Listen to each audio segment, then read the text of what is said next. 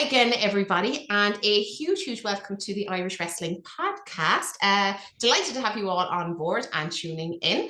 It is myself, Queen Lizzie, herself and herself, and himself. It is, of course, Jerry Rush, also known as Booker G. Phantoms. We are, for lack of a better word, honoured, delighted, and thrilled to be joined by our guest today. It's a rare occurrence that you get somebody to chat to that's a super nice person and everybody says the same thing. Nobody says otherwise. It's actually crazy. And it's nothing else. The first like, oh, such a nice guy. We have the one and only Big Damo with us. What about you, Damo? What's the crack? How are ya? That was a good Northern Irish greeting there. I appreciate that, you know. She's been practicing. What about you? She's been practicing. That's good. It's almost like talking to my uncle or something. Very good. Thank you very much, and thanks for the wonderful intro. I'm glad people aren't saying I'm a cunt, so that's a good start. Like always a bonus. Excellent. So happy that you're well. There's so much to go through and so much to start with, but I think we probably have to, more than anything, say we're delighted to have you as the new Progress Atlas champion. That is just phenomenal, so well deserved. And just to say, you're the third person, okay, to hold both Atlas and the world title in Progress. How does that make you feel? You must be like, what? That's amazing! Like only two others. That's amazing. Honestly, it's one of the craziest things with Progress. Like I barely got off ground level when I first came to Progress back in the day. Like I was splitting my time. I'd be doing a show in Progress, then immediately sprinting up the road to get a flight to Glasgow to wrestle for ICW that night. So, you know, I think that eventually probably got very tiresome for everybody involved. So I was very rarely there. Maybe if they did like a Manchester thing or whatever else, I'd be more likely to go. But funny, like one of the first people who got in touch with me when I left WWE was the booker there at Progress, and he said to me, "Listen, things are changing here." And we're looking forward to trying to work with you next year. And, you know, you think no more about it. You know, you're like, oh, that's cool. You know, hopefully I'll hear from them soon enough. And then, you know, a few months pass and they're like, okay, we want to give you all these dates and stuff. And I'm like, oh, brilliant, fantastic. And I've had an absolute ball. It's a great roster there. And like, you know, to be in there with Luke Jacobs, who, you know, was one of the first who I faced since coming back to Progress. And then to get in there with him a second time, and he's actually given me a right good hiding, and it was very good. And it was great to get by. And I love the roster there. Like I've just got to know a lot of the guys and girls there, and it's like the more times I go back, the more I'm like, oh my god, there's something coming here. There's something special. And like I understand we've came out of like a crazy world event, and for the fans to be coming back is absolutely unbelievable. And I've noticed that like there's been, you know, periods where places have been rammed, and there's been places where haven't been doing great and whatever else. But it's great with Progress. It seems to be steadily rising again, and that's something that like I understand real world, you know, issues and stuff like that, like the cost of living crisis and everything else. So, but the fact that we have fans at all is absolutely incredible. And like I can tell you, every single one of the guys backstage wants to absolutely kill it because we know what it's like, you know, not missing wrestling or missing doing normal things in our lives. So everybody's desperate to put on a show, and it's such a young enough roster that they're all like keeping us on our toes here, you know, to try and have as good a match as possible. So I'll walk in. I've just done an international flight, and Luke Jacobs is ready to go, and I'm like, oh Christ!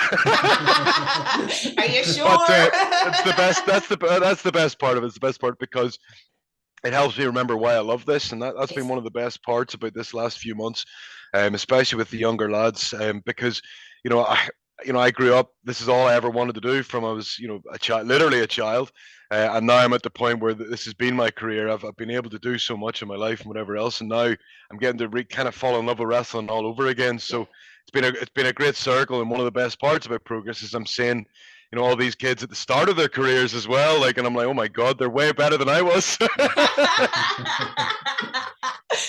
Amazing. I doubt that. But you know what? It's great because they're so hungry. And I think that feeds into, as you say, falling back in love with the whole world of professional wrestling. Because even though they're hungry and they're super impressive, they'll pick your brain for every bit of information that you can give them, or something that maybe they haven't thought of, because there's so many different sides besides the whole physical wrestling aspect of it. So I think for them, it must be like, I am going to ask him everything because there's so many things I'm unsure of. So for them as well, they must be so, so happy to have you on board. Now, there's one person we probably wouldn't be massive fans of. Tell me this, are we going to get a rematch with Spike? I keep asking, and they ended up, it was actually, Luke and I had a little bet to try and actually, not necessarily reunite the titles, but have a title fight, both titles. And then Spike put his ugly head in the way. So I've commissioned many times to Progress about trying to get my hands on Spike, but I think it might be a couple of months before I can finally get a hold of him. But I know that a good friend of mine, Dan Maloney, is going to give him a right good spanking shortly. So that's the main thing. Absolutely. Twice on a Sunday with a bit of luck. 100%. Second. Just to come away from the Progress for a while. Obviously myself grew up not too far away from Belfast. Growing up with wrestling as a child, like I know you're a big fan as a child. I know you had like people like Finlay they look up to, but before that, were you big into like the British wrestling with Big Daddy Giant Haystacks? Would you have grown up with them in your life, or was it WCW originally? Well, I think the time period was about 88, 89 was when you'd get the final remnants of World of Sport, and then it was coming on to NWA was coming on then, or the precursor for WCW. So I remember bits of it. Like I remember like Catweasel and stuff like that, funny, which is one of the most bizarre parts of it. But the difference in production between that and NWA, like as a child, like it was obvious that there was a massive like just you knew it was something different. So my memory of British wrestling was very minimal. Like my father was a big British wreshling fan. He really hated American wrestling, despised it, because it was the pomp and circumstance and lack of substance. And I think that he moved away from wrestling himself. And it was so funny. Like all my life, I didn't realize he liked wrestling. It was only when obviously I became one. That he was like, I used to really watch it, blah blah blah. And he rhyme off all these names, and I'm like, Christ. And then he got to meet like Robbie Brookside and stuff like that at my wedding. So like Robbie's got him in a headlock, I love it.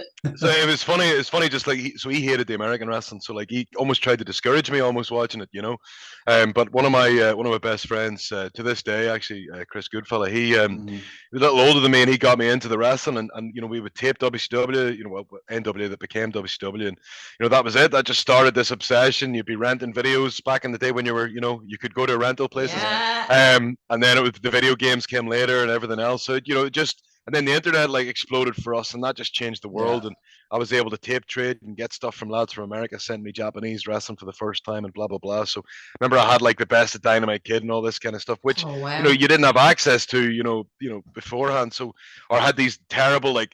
It's been taped like 8 times, the Best of Ted DiBiase and random stuff, like I've got all these terrible videos somewhere, like I need to find them one day, like, which, don't get me wrong, you're straining to try and figure out what's going on because it's been copied of a copy of a copy. But it needs must. It's it became an obsession, and that was I was really lucky that my best friend was a couple of years older, and so he was able to be keep me on the straight and narrow when it came to wrestling. You know what I mean? And then later, like I got really lucky. WCW came to Belfast in 1993, and getting to see that live was it. That was the Sting was my hero at that point, and I hated Big Van Vader. Funny now because I do fucking Vader's finish. So. But no, it was very, very cool. Like, and that, growing up as a kid, like in Belfast, like you're looking for distractions, and wrestling became kind of the perfect distraction. With how colorful and everything else it was, and then as popular as it started to get in the 90s, like, as I'm a teenager, like not free, but cheaper cable comes in, cheaper internet, cheaper Sky Television, whatever. So it means now you're able to watch Raw, Nitro, you're able to watch ECW and everything, and it just explodes. And that's me, 13, 14, 15 years old. I'm very impressionable at that point. Like, so. You're recording Raw, after 12 o'clock, it would turn into something else on Sky Sports, in the evenings. You had to stop the tape before it went into the Playboy channel. Yes. Somehow that tape didn't always stop, did it? You know what I mean? Remember the one time you'd hear something down the stairs, shit! And was there a big wrestling scene in Belfast at the time? Was there a lot of fans around? Like, you had somebody like Finlay. Like, was he well known as a local talent back then? Like, as a local celebrity, not necessarily, but like with how small Northern Ireland is, like like my grandmother worked with his auntie and knew his grandfather and all this kind of stuff. So like that just shows you, like, people like kind of blow their mind when I try to explain like how small Northern Ireland is, when like the doctor who delivered me and my sister was Jamie Dornan's dad. You know what I mean? So it's like that's like two of our celebrities right there. So that kind of gives you an idea. Kind of gives you an idea of how fucking small it is. But I mean, like, insofar as like people knowing who Finlay was, that maybe came a bit later. I mean, maybe when he was by the time he was maybe more on WWE television, people were like, "Oh Christ, he's Northern Irish," whatever. Like for me, it was he debuted like '93 or whatever, but I didn't start watching WCW again. Like I missed like a period, so I missed between '93 and like '96. So that's when he first really started there, him and Regal. But like it was when I started rewatching again in like '96, '97. Boom, Finlay's one of the guys, and oh my God, this bleached blonde, angry Northern Irish guy. You know what I mean? So. And like I became obsessed then, and like it's like the realization that not only is he from a few miles away from where I grew up, but like he went through an even more difficult period in Northern Irish history than we did, and he succeeded. So he was pretty much the ultimate idol for me and for a bunch of guys coming through in Britain anyway, but for me especially because of the circumstance of where he's from and the realization that if I try really fucking hard and work really hard, then an opportunity is going to be there. It doesn't matter that you're from Belfast, and like and he's the typical example of it, because he came out through an even more difficult period than us, you know what I mean? But yeah, he was an awesome idol for me, and then getting to meet him, getting to work with him, getting to train with him, like fucking hell, like I'm at this, but the point I'm training with Finlay, I was like 16 or 17 years in the business, and I'm learning so much, and I'm like, oh my God. And that just I remember I said it like years ago. Somebody asked me like, what would you want to be? And I said, I'd love to be like just 25% as good as Fit Finlay. If I can do that, I'll have a great career. And the truth's there. Like I'm probably less than 25% as good as him, but I've had a hell of a career. So that gives you an idea. Like if that's as good as you needed to be to succeed. And thankfully, I got to some level of that. So. Amazing. And just they go on from moving out of Belfast, becoming a wrestler. Like obviously there wasn't a lot of schools around Ireland, Belfast, or even the North or anywhere at time. Like so, was it? Did you go down to Irish Whip? Was it for Real David's side, or was it strictly Scotland? Or? So I went. So I in 2003 was when I was I was searching like pretty hard, like to try and find, and at that point it just really came down to who was the best on the internet. So it was maybe 2002, 2001. So I was on an eFed site, which is like where you role play as wrestling, doing promos and that kind of stuff, right? And a bunch of those lads ended up going off to Canada and America to try and train, and then came back to Scotland. So I stayed in touch with them. And I found out that they had opened a school in Scotland. So like I was kind of humming and hawing between going to Manchester or going to Glasgow or Edinburgh, sorry, it was. And I was kind of humming and hawing about that. And I decided Edinburgh because I ended up going there, having a great trip. Me and my mate Chris went over to see another friend of ours, Peter, over in Edinburgh, and had such a blast. I was like, shit, I could live here, and I could live here, go do some college, and then go and do my wrestling training. So that was kind of the thought process. Whereas the NWA Ireland, only really started coming maybe within a few months after I'd made the decision I'm going to Scotland. So I ended up working for NWA Scotland. Was one of the first ones that I trained with, and then I would go down occasionally down to Coventry and down to England, down to Kent for the NWA England stuff, the Hammerlock stuff. So I did a bunch of that, but like I met Fergal maybe about 05, Fergal and Paul Tracy. And then I kept in touch with the two of them and started training. Would bring them over a bunch as well. And like particularly good friends with Paul Tracy. He's an incredible talent and a wonderful coach actually. So he ended up helping a lot of us.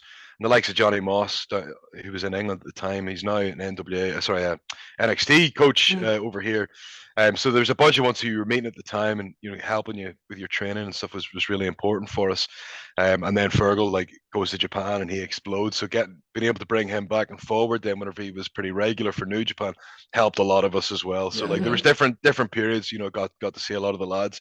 But I didn't actually wrestle in America. Didn't actually wrestle in Ireland until it must have been like 2012 or 13 or something like that. So I've been wrestling in Scotland since 2004.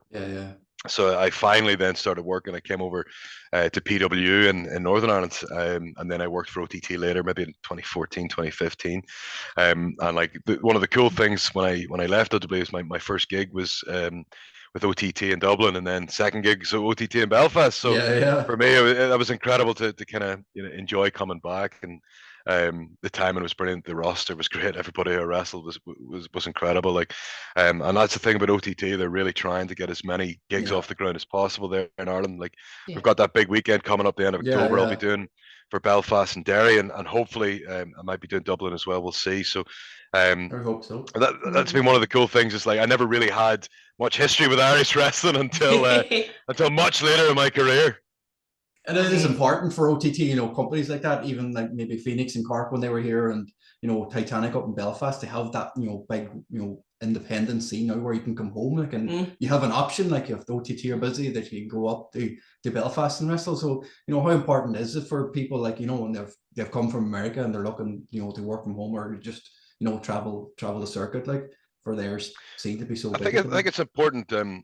It's important that people kind of don't just get stuck in one area. People need to move, and they need to move around, especially like, because you can be a big fish in a small pond, which is very, like, that happened to a lot of us in Scotland for a while, like, where it was very insular. We were only wrestling the same kind of crew all the time, and you can only get as good as you can. And that, I think that happened a bit with the Belfast scene. There was a bunch of lads maybe who were only wrestling the kind of same group.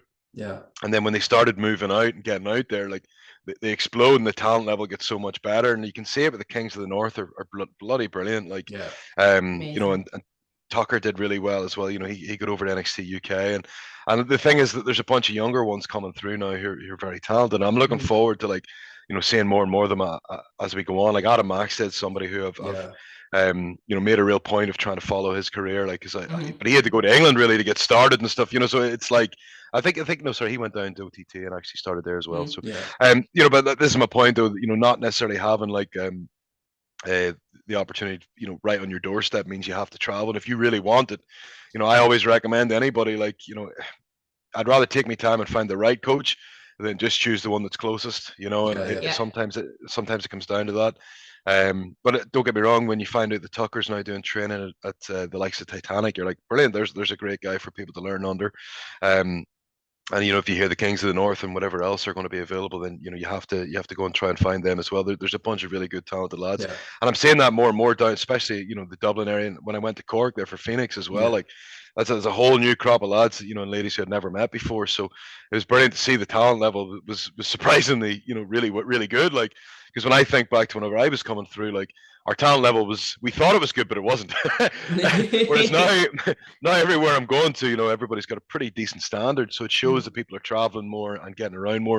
And even better, they're bringing in people, like, I know Scotty Tahati came in for the likes of Phoenix Wrestling, like, the month after I was there. So it's brilliant having, like, his brain and his eyes being able to give everybody another lift.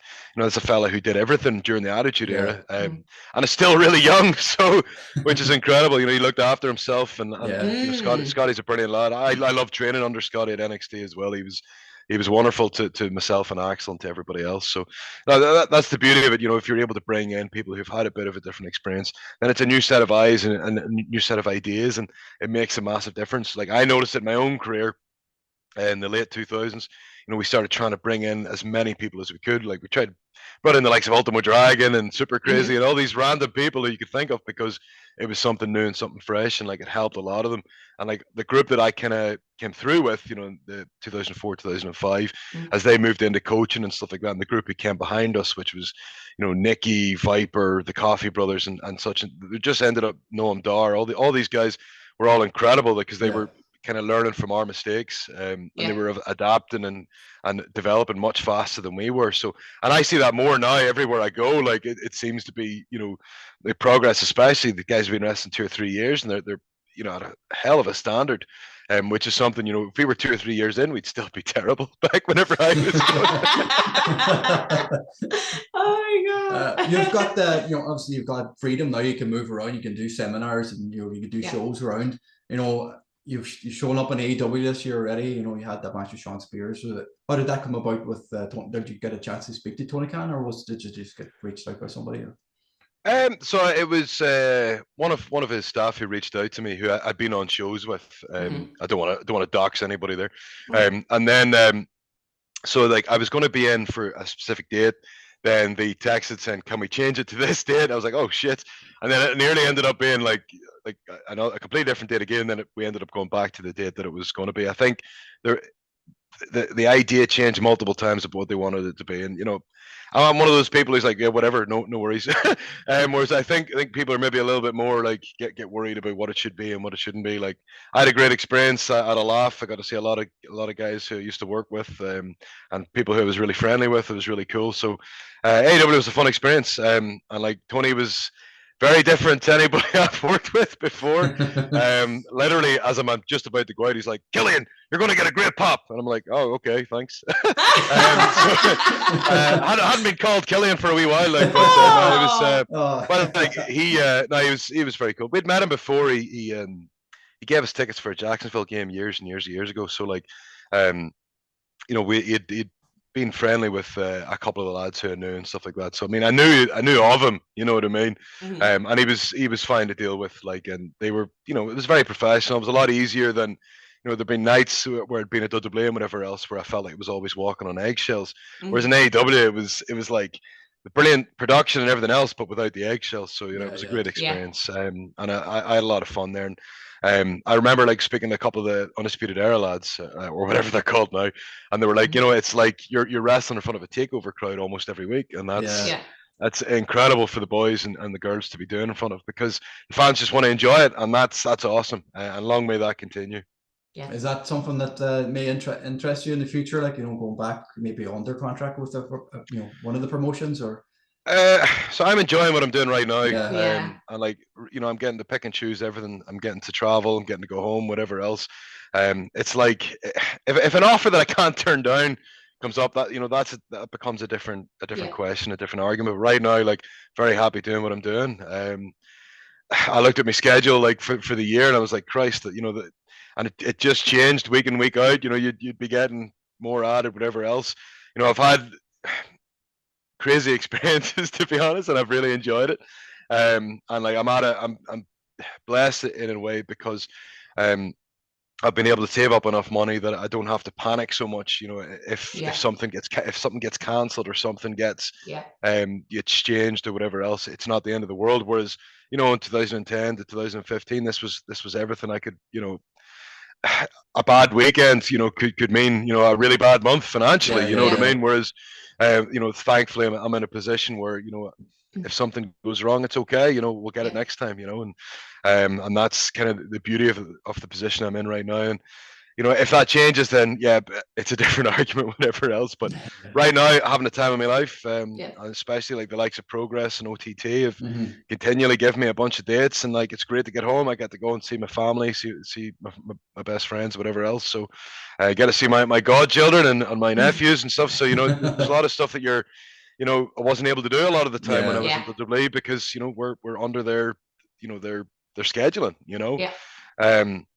So like I'd get back as much as I could, but it was be once every 6 months, at best maybe once every 4 months, and there was a period where I couldn't get back for 2 years because COVID started and whatever else, and then I was waiting for my green card to get finalized, and thankfully when that got finalized, it meant boom, I could go back, and I was able to appear for OTT right off the bat. But there was a period where you're sat waiting and you're like, I can't get home.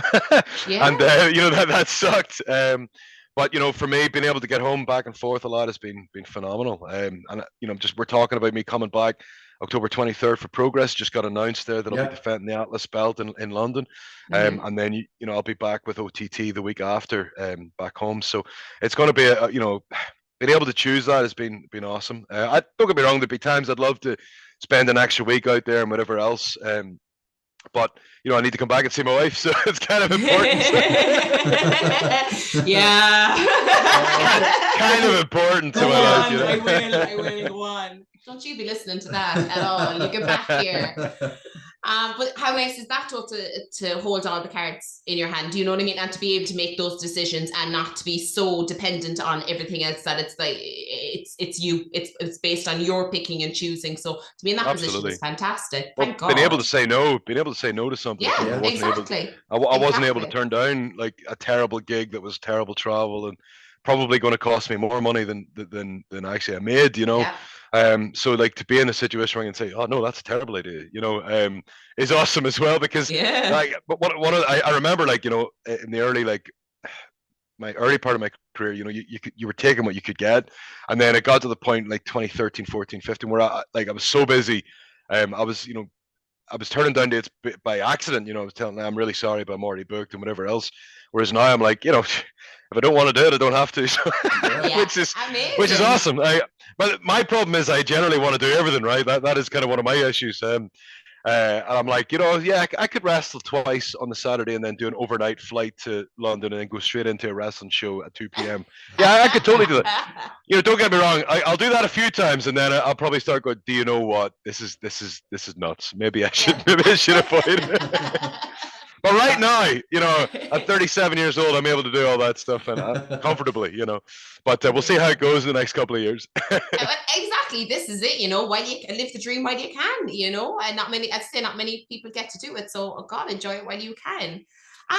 Different tactic. Are you a big MCU fan? MCU, oh, absolutely, yeah.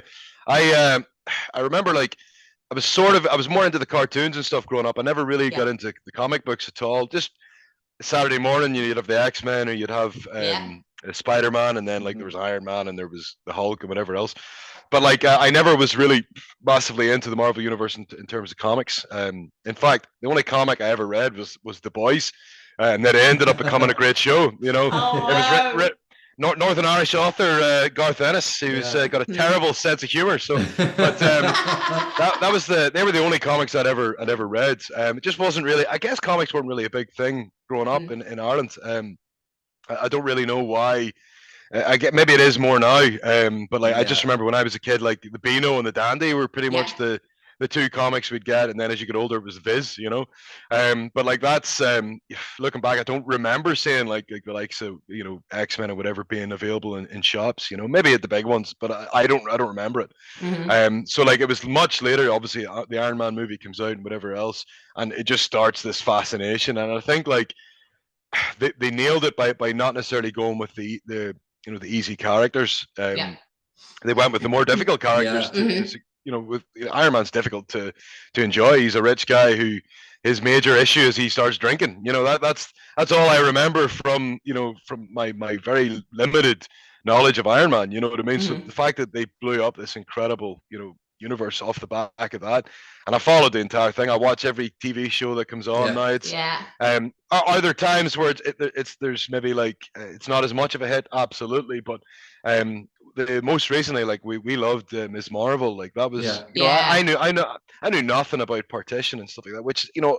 growing up in, you know, sadly growing up in Northern Ireland is, you know, the British government doesn't want us to learn stuff that they did in the past, right? So I learned nothing about Irish history until I was a lot older, and so learning absolutely nothing about Indian history was obvious. It wasn't going to be a part of our growing up, you know. So like getting to learn a bit about that through Miss Marvel and then do my own research after, like I knew nothing about that. It was incredible for them to be able to like encourage me at 37 years old to learn the history about a country that I've never been in, you know, that I might never go to was awesome on their part. And it was you know, it's horrifying, the history itself, you know, so it's awful. But you know, that's those nasty British, you know, just dirty, but it was good but it's good for me to learn about it, because like as I say, growing up, you know, I didn't learn anything about Irish history until I was, you know, very I think a teenager, if anything, you know. So it's only now that, you know, it's on the syllabuses and stuff like that back home, where it never used to be. So I can imagine it must be similar to that, you know, people growing up in England who come from a Pakistani or an Indian background, whatever else, you know. Because my experience, I'd only met Sikhs before I moved to Scotland. So like growing up, I knew so little, you know, about Punjab and whatever else. So like So it's been great, like, the people you meet over the last whatever 20 years, and then you research the subject. So that fair play to the MCU, they really helped me understand that. I wouldn't have known it at all otherwise. Yeah. And other than that, it's been very entertaining for all these other reasons. But to be able to have put historical context in that I had no idea about has been amazing, and that's a testament to them that they managed to make that enjoyable, as well. So fair play to them. But we do our best to try and keep up with everything. We're actually going through Agents of Shield right now, right? A friend of ours is mad into it, so kept fucking telling us, you need to watch this, right? But because it was MCU adjacent, like I never really bothered. But it's been a lot of fun to watch. I haven't watched it. It's fun.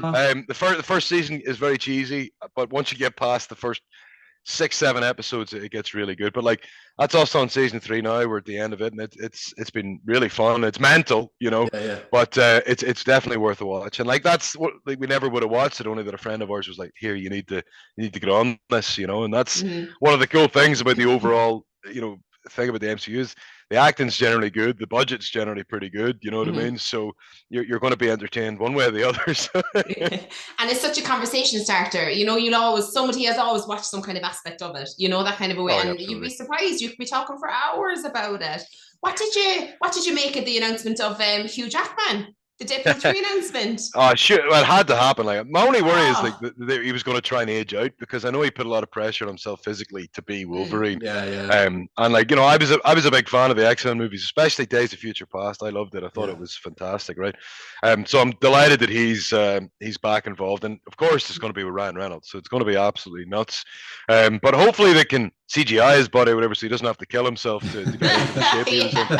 Because he was in nuts shape. Like, for a guy who was a theater performer who has to suddenly get super jacked, you know what I mean? Yeah, I mean, if you look at from Broadway to exactly. Well, if you look at the X-Men, the first movie, the X-Men movie, like, he's in okay shape, right? Yeah. Then by the Wolverine and the Logan movie, well, Logan not as much, but in the Wolverine movie, he was fucking outrageous. Like, so fair play to him for putting himself into that environment. But I'm glad he's back in it, because it's opening the door to X-Men's, like, that's my wife's favorite thing is X-Men. Yeah. So like, you want to try and amalgamate it some way with the MCU.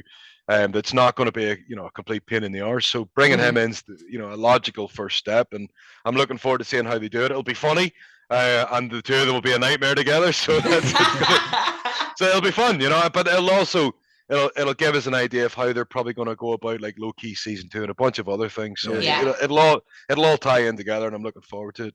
And just to remind me that Loki was probably my favorite TV show so far. It was excellent. It was awesome. So good. So. Excellent. Yeah. Speaking of things that maybe not your favorite this week, how did you feel after the Derby game? Well, I'm a massive Man United fan. I've been a United fan since before they were good, right? Yeah. So I remember, I was a fan in 88, 89, 90. So like, I get it. Like, it's frustrating for a lot of the younger fans because we've been terrible for the last 10 years. But, football is cyclical, and it's going to take a while before anybody's going to break down City. Liverpool did a brilliant job to get anything on City for the last few years. And like, now they're going through a bit of their own struggles, and that's the hardest part. Like, the bodies of the players can only last so long. And like, what Fergie was really good at back in the day is he was really good at replacing teams and getting boys ready for the next run of 6 years, 7 years. So what we need now is we need to get behind Ten Hag and hope that he can figure it out down the line. The hardest part is, we had a poor manager in charge for the 3 years before that. So like, the team is a bit all over the place, a bit disjointed. So after a few years, hopefully that it'll all be coming together. Like, we still manage to get good results here and there, which is great. Yeah. But we need to start thinking about trying to, get a Europa title or something, or an FA Cup or whatever, because just keeps the fan base off the backs, of the coach and whatever. But as long as there's going to be the Glazers in charge, we're going to keep having these problems. We've got guys who have no idea what they're doing. It'd be like me if I walked into an ice hockey team and said, "Right, lads, here's my thought process." Right? Like, I've watched ice hockey a couple of times on TV, so my knowledge of it is very. I couldn't even tell you all the positions, but that's the equivalent of what the Glazers have done, and they've put people in charge who had no idea. They were just fans of football. They weren't football people, and surprised that it didn't work. I mean, that's a sheer arrogance there, to think that you can walk in from a different country and choose to do something well and succeed, and put people, in charge of facets who have no idea what they're doing. That is one of the most arrogant and crazy things. And it's amazing that we actually never finished lower than 7th. It's amazing because, but you continually throw money at a problem hoping that it's going to get better. But instead of actually going, you know what would be a good idea? How about we stop getting involved at all and we just get people who know what they're doing? But honestly, until they get out of the football business, out of United, then maybe this is just going to be what's going to happen for the next 10, 20 years until they're all dead. So fingers crossed that happens eventually. So yeah, I hope so. I certainly hope so. Yeah. Plans for 2023, Damo? Have you anything lined up or anything you're looking forward to before we get? Honestly, right now it's continuing what I'm doing. I had a few things fall through in 2022, but like literally last minute. I was meant to go to Mexico and things like that, which would have been very cool. I'm just going to keep doing what I'm doing right now. I'm enjoying like being able to pick and choose. I'm hoping that I can get over to Japan next year. That would be the ultimate bucket list check off. You know what I mean? That is something that I'm hoping for. That is not going to lie, that has been a major ambition of mine, and fingers crossed we can make that happen. It's been close multiple times. Like right before I signed for NXT, I was meant to go over, and like I had to pull out very late into the negotiations for that, which sucks, and I'm sure that didn't help me for future, but eventually, I'll get over there, and that'll be a lot of fun. That's something I've always wanted to do. I've wrestled 20 Japanese wrestlers at this point, you know what I mean, and like I've had a great time with all of them. It's a different philosophy. It's one that I enjoy, and I'd love to try and experience it. As I said, one of my best mates was there as a tourist. Had a wonderful time in Japan. So I'd like to be able to do it, as both a tourist and as a worker. That would be pretty cool. So that's something I want to do in 2023. And other than that, just keep doing what I'm doing here, and keep doing my best to help the scenes that I'm involved in. And like. Keep saying the ones who are doing really well, keep encouraging them to keep at it, because one of the most frustrating parts of wrestling is everything changes, and within 2 years this whole scene will be different again, completely different. And that's what, if you look at what it was in 2019, 2020, it's very different to now. So I'm hoping that a lot of the ones who are coming through and doing well don't lose heart, because it does change and it does get better, and opportunities will come for everybody. And like I noticed that, like I lost heart a bit, like in 2012, 2013, and then you meet the right people who help give you in 2010, I met the right people in 2011 who helped my 12 and 13 and 14 explode. And that's sometimes what it takes, and if you need to try and take a step back, look yourself in the mirror and go, okay, why is it not necessarily working for me right now? I had to do that. Like I looked at myself in 2014. I was like, maybe it's 2013, and I was like, what am I missing here? And I realized I looked like everybody else. I had similar gear to everybody else, and I wasn't really standing out. So I grew my hair long, I grew my beard out. Billy Kirkwood, the ICW commentator, calls me the Beast of Belfast. There's my light bulb. Boom! I'm going to be the troll. That I'm going to be whatever I can be, and it changed my life, and it helped me reach my dreams, achieve my dreams, whatever you want to say. So I'm hoping that a lot of guys can go, okay, I have an average physique, I have short hair, I maybe have a stubble, and I look like everybody else. So what can I do to take myself to the next level? And it's hard. Like, it's hard to look yourself in the mirror and go, okay, I need to change something here. But the more you do it, the more likely you are to succeed. And I'm hoping that a lot of the ones who have had difficult years and have had setbacks and whatever else are willing to keep pushing themselves and keep working at it, and don't be afraid to ask guys like myself and whoever else, okay, what can we do to get to the next level? I'm trying my best right now anywhere I go, is like tell people, send me your worst matches, don't send me your good matches, don't send me if you want a pat in the arse, okay, I'll give you a pat in the arse, but if you want me to help like figure out why shit isn't working, that's how we do it. Send me your bad matches, send me the ones that didn't work, because listen, I've been blessed and I was able to have set fucking shit matches before people were paying attention, so I fell on my ass so much and failed in every way possible, but it's how you learn from it. And that's what I'm trying to say, is like for a lot of the guys here is, stuff goes on the internet so fast, so if they have a botch or something goes wrong, whatever, like, and it can be disheartening, and I get that. Like, I'm seeing the guys in the performance center barely get a chance to have a match, and suddenly they're on TV and they're having awful matches, and you're like, well, they need to just have shit matches before they can have good matches. Like, anybody who thinks they can go straight from 0 to 100 is, they're they're wrong. It's Yeah. impossible. So you need to fuck up, and you need to fuck up hard. Yeah, I think you do. that is the truth. So for anybody who a younger wrestler is watching this, right? Film your stuff, watch it back, and don't be afraid to crucify yourself. And like realistically, like ask yourself, okay, why did the crowd not get it? And if you can't answer those questions, then find the likes of me at shows and find the more experienced guys at shows and ask them to watch. Don't just come and say after a match, hey, did you catch that? Well, if you fucking asked me, I'd have gone and watched it. You know what I mean? And I get it. We're all shy to a different level and whatever else. But listen, there's people like myself and the likes of Scotty Tahadi and all these people who are going to be traveling in and out of the country, who've done different things. So just ask, hey, can you watch this? Or, hey, what do you think about this match ending? Do you think this would work? A couple of guys have asked me previously, and I'm like, yeah, shit, that sounds fucking brilliant. Go for it, man. And they go and nail it, So, Chris Ridgway, for example, asked me for a really small part of the match that he was having with Gene Money. Because Chris had 4 matches that day or whatever. He was like, does this sound right to you? And I was like, bro, it sounds fucking brilliant.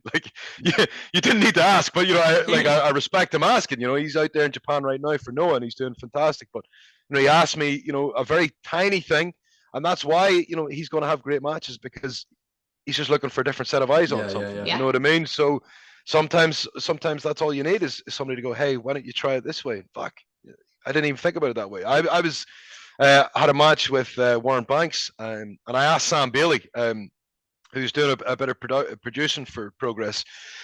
He's been brilliant actually, but he gave us just 1 or 2 little things that was exactly what we needed. And sometimes just having somebody else who's got a different experience to you can help a lot. So listen, one of the problems we have is in wrestling, we all front, we all try to not necessarily show off, but we try to not show that we have a weakness or whatever else, and that is, I noticed that I was terrible for it, when I was coming through, right? But you're not going to get better, if you don't learn from mistakes, you don't ask people advice. There is a difference between criticism and constructive criticism, and getting your tweets or people are going to praise you or critique you isn't going to get you anywhere. No. Ask somebody who's been there and done it, and if you can't listen to them, then maybe this isn't for you. Maybe you're not going to get any further. I went on a bit of a ramble there, but right, that's my most important thing. The most important thing is for a young wrestler who's listening to this, right? If you're at a show and I'm on it, don't be afraid to ask me for a match. I'll do my very best to watch it. If I can't watch it there, I will watch it after, and then I'll give you feedback online. I actually have to give feedback to somebody today who I wrestled the other week. You know what I mean? But this is my point. Everybody is that's the whole reason why we're on those shows, is because we've had that experience and whatever else. So don't be afraid to use us. If you want to get to Japan, there happens to be a Japanese wrestler there. Fucking ask him advice. That's the way to do it, because listen, they're squeaky wheels and they get the grease. And if you're not one of those people, you might be sitting for a long time in your area, never going to improve and never going to get any further. The only way to get further is by pushing yourself and pushing everybody else to believe you. So I was very lucky. I had that light bulb moment. I became the Beast of Belfast. I was able to corner a part of the market that didn't exist at the time, but that only got me so far. I then had to go to people who I really respect in the industry and ask, right, hey, what the fuck do I need to do? I would go to a Doug Williams and say, Doug, right, what's next? What do you think? And and Doug would be like, well, have you maybe this, maybe try this, or I'd go to Robbie Brooks and say, right, bro, what is next? How do I get to the next level? And he'd be like, right, well, I told you before, your X Factor, you didn't really have an X Factor. You look like everybody else. Now you don't look like everybody else. So, I need to show it off as much as possible. So I was wearing a singlet. Okay, now I'm wearing trunks. So I'm now suddenly this fucking massive dude. Nothing's hidden anymore. So it's little things like that. I wasn't wearing knee pads to try and make it look even bigger. Okay, I don't recommend that to anybody, but it helped me at the time, and I looked different to everybody. I then did fucking coast to coast. It seemed like a good idea at the time. I regret it now, but but it went viral. The video went viral, for example, right? And that was because of the 300-pound guys doing a fucking coast to coast, whatever. I don't recommend that to anybody. You don't have to do it that way, but that helped me, at a time when ICW was catching fire. And there's at that point I was 22 and a half stone, 23 stone, so I was a massive dude doing a fucking, what was it for me, actually a really easy move, right? But the landing wasn't so easy, so it was a lot easier when I was 14 stone doing the coast to coast. when I was 22, 23 stone, it was a bit tougher. But this is my point to everybody. It's like that was me trying to figure out, okay, what do I need to do to get noticed and everything else. I'd got my image together. I'd started like changing how my gear was going to be. But I started really working on my promos, and that became like, I never did a promo in WWE. Like I did like very, very small ones. But one of the reasons why I ended up on the radar is because at a tryout, they had me do a promo. They loved the fucking full thing. They kept it. And anytime they were looking at recruitment drives, they brought that up. So, and that was just me talking about growing up in Belfast. You know what I mean? And like it's just being realistic. At the point, like William Regal told me, they were looking for realistic people who've had real experiences. And that really helped. I looked like a troll and I had a real experience. So they were like, okay, his face fits. Let's bring him in. So this is the thing I'm trying to say to people is if you've had a real fucking experience, don't be afraid to use it as part of your life as well. Like we all have a very different upbringing. People in Scotland have a different upbringing than people in Northern Ireland. You know what I mean? So what can they do? What can they talk about that's different? You come from an inner city. Okay. If you come from an inner city background, you've had a very difficult, rough upbringing. Okay. Well, fucking use it then. You know what I mean? So like there's got to be something you can do that makes you stand out and whatever else. And like there's for example, I talk about Luke Jacobs earlier. Luke's from Manchester, right? And he's very different than a lot of the guys in Progress because he's not from the South or whatever else. So you want to lean into that as much as you can and use it to your advantage, and like that's he is so good for him, so like that's important, you know what I mean? Because everybody's good in ring, at this point. So how do you stand out outside of that? And little things like that will go different. Okay, how do you lean into it more? How do you make it bigger? How do you make it a bigger thing? How do I translate that to the rest of the world? Okay, that it means nothing in America that I'm from the north of Ireland, right? So how do I make it a part of something they can understand and they can believe in and blah blah blah. And the little things like that are what you have to start trying to think. Okay, you've got the look down, you've got the wrestling down, you've got experience under your belt, but how do I make a character that people give a shit about, people want to watch or listen to or whatever else? And that's the toughest part. Like I'll be working on that until the day I finish wrestling, you know what I mean? Because right now I'm playing a relatively jovial character in Progress, right? So I'm trying to not be a complete cunt when I'm wrestling, to try and make up for that. You know what I mean? So you're trying to find the happy balance, between what could work and what that they particularly want from me. You know what I mean? There might be a day they want me to be a villain. Great, okay, that's cool. Then how do I adjust it to be a villain? Right now, I'm the babyface. So the experienced babyface is probably the best way I can describe it. So how do I play that out when I'm in ring with younger guys, or even when I'm in ring with other babyfaces or whatever else? It's okay. I lean into the experience part. I'm aggressive anyway, so I can be what seems like the more aggressive role in a match, and I can still make somebody look like a good guy or whatever else, or a bad guy, depending on that. So, and that's stuff that I'm able to do now. But for everybody else coming up, that's what you need to work on. Is think, okay, what do I need to do? Take a long look at yourself, ask advice of people you respect, and I promise you will do much better. That was a long-winded answer. I apologize for that. No, not at all. Do you know what? Do you know what? Because, like, not naming any names or anything like that, but a lot of people, I think, come to this business and think they're ready. What they are is what they are, and don't realize that, as mentioned, it's these little nuances, it's these tiny little, might be minute little changes that could be the makings of an absolutely phenomenal character and be completely groundbreaking, or send you in a completely different direction. It's new, it's scary, but could be the absolute makings of you. And if it's not, you've learned a heap more shit than you knew before you tried it. And I think that's definitely, it has been an issue for some, I would imagine, that it can be, I'd imagine, very humbling and not as easy to take a very long, hard look in the mirror and see, how can I make this better, when you already think you're there. So it's tough. But I noticed it with the group of lads I came through. Like, we all thought we were the shit, and we weren't. We just plain weren't. And like the proof's in the pudding. Like, we didn't get good until much later. You know what I mean? And by the time we had all been wrestling 8 years, it's finally when, oh shit, yeah, we are actually pretty good. But it was because we're now wrestling people from outside the area. We're bringing in outsiders and everything else. But until then, like, shit, we thought our shit didn't stink, and it fucking did.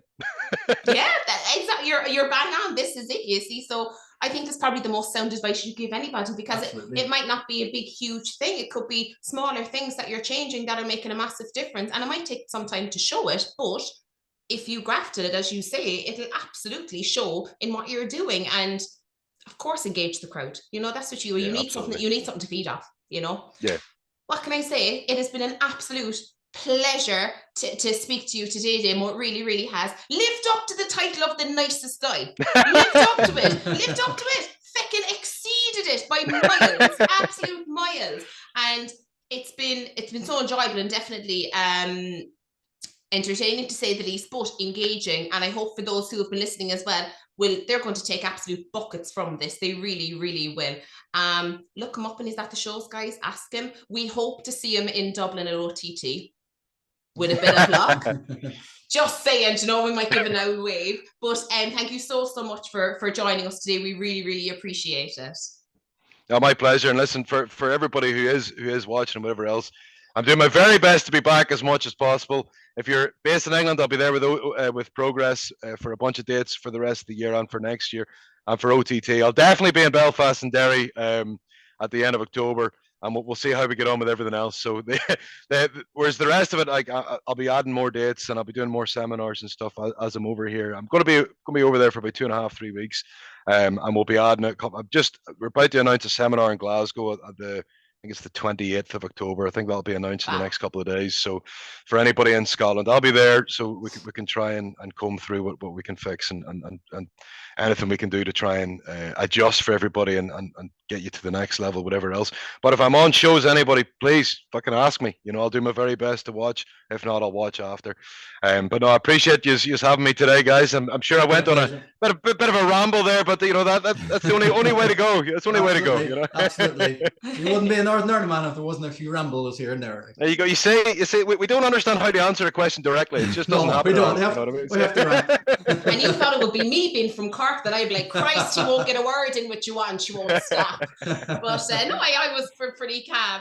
Guys, for everybody who has joined us today and is listening, please do follow us on YouTube. Subscribe. We are Irish Wrestling Entertainment. Thousands of views over on TikTok, so check that out at Irish Wrestling 8.